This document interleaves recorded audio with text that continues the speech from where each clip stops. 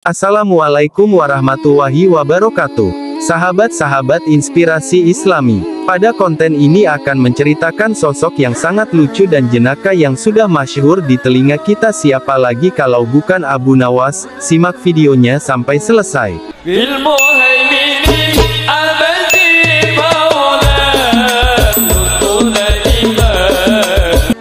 Kisah Abu Nawas yang ingin menjual matahari.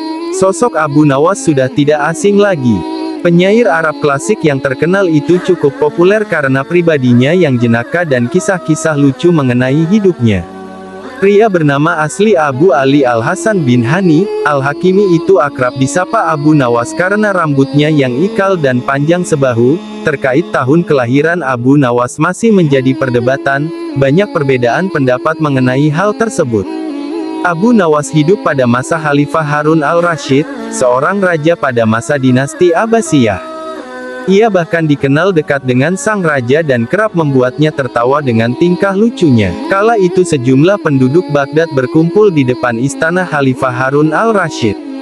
Sebagian berteriak dan meminta agar Abu Nawas ditangkap. Para penduduk protes karena baliho raksasa milik Abu Nawas yang dipasang di depan rumahnya yang berbunyi, "Dijual cepat, matahari Baghdad, siapa cepat dapat bonus anak unta." Penduduk lainnya merasa panik dan kasak-kusuk di depan istana. Mereka takut sekaligus bingung, jika matahari Baghdad dijual maka bagaimana mereka bisa hidup. "Abu Nawas, kamu serius mau menjual matahari?" tanya Khalifah Harun al-Rasyid sambil mengamati massa yang membludak di depan istananya. "Benar Baginda, supaya kita bisa ikut cara mereka menggunakan otak," jawab Abu Nawas. "Maksudnya?" Khalifah kembali bertanya. "Begini Baginda, apakah Baginda senang infrastruktur di Baghdad terbangun hebat di zaman Baginda? Baginda bangga bisa menjadi teladan buat rakyat bahwa selama menjabat jadi Khalifah Baginda tidak korupsi. Baginda senang tidak mempertontonkan keserakahan dengan menguasai ratusan ribu hektar padang pasir, padahal Baginda bisa melakukannya dengan kekuasaan yang sekarang Baginda genggam." Beber Abu Nawas. Khalifah Harun al-Rasyid yang bingung lantas meminta Abu Nawas untuk menjelaskan maksud dari ucapannya. "Abu Nawas, coba ke inti masalah. Jika Baginda turun dan tanya massa yang sekarang berdemonstrasi itu, ketahuilah bahwa mereka akan menjawab buat apa bangun infrastruktur, infrastruktur tidak bisa dimakan.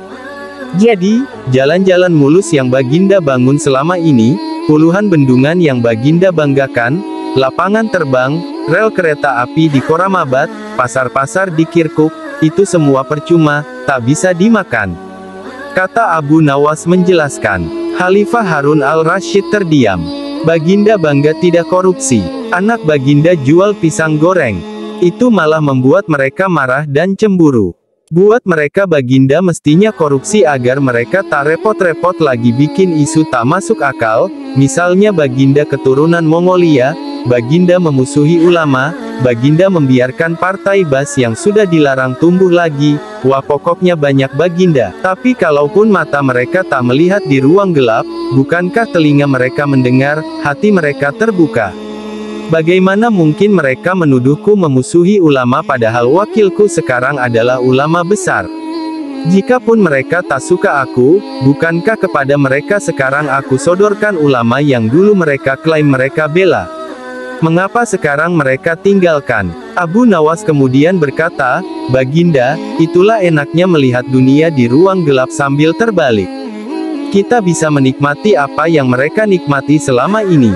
Baginda tidak capek berpikir rasional."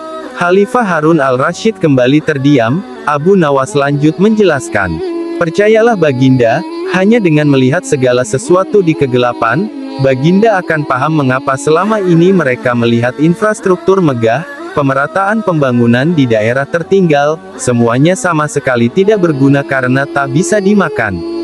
Mohon jangan katakan, infrastruktur memang tak bisa dimakan, tapi dengan infrastruktur kita semakin mudah cari makan, itu cara berpikir rasional dan normal." Paduka massa di depan istana semakin membludak.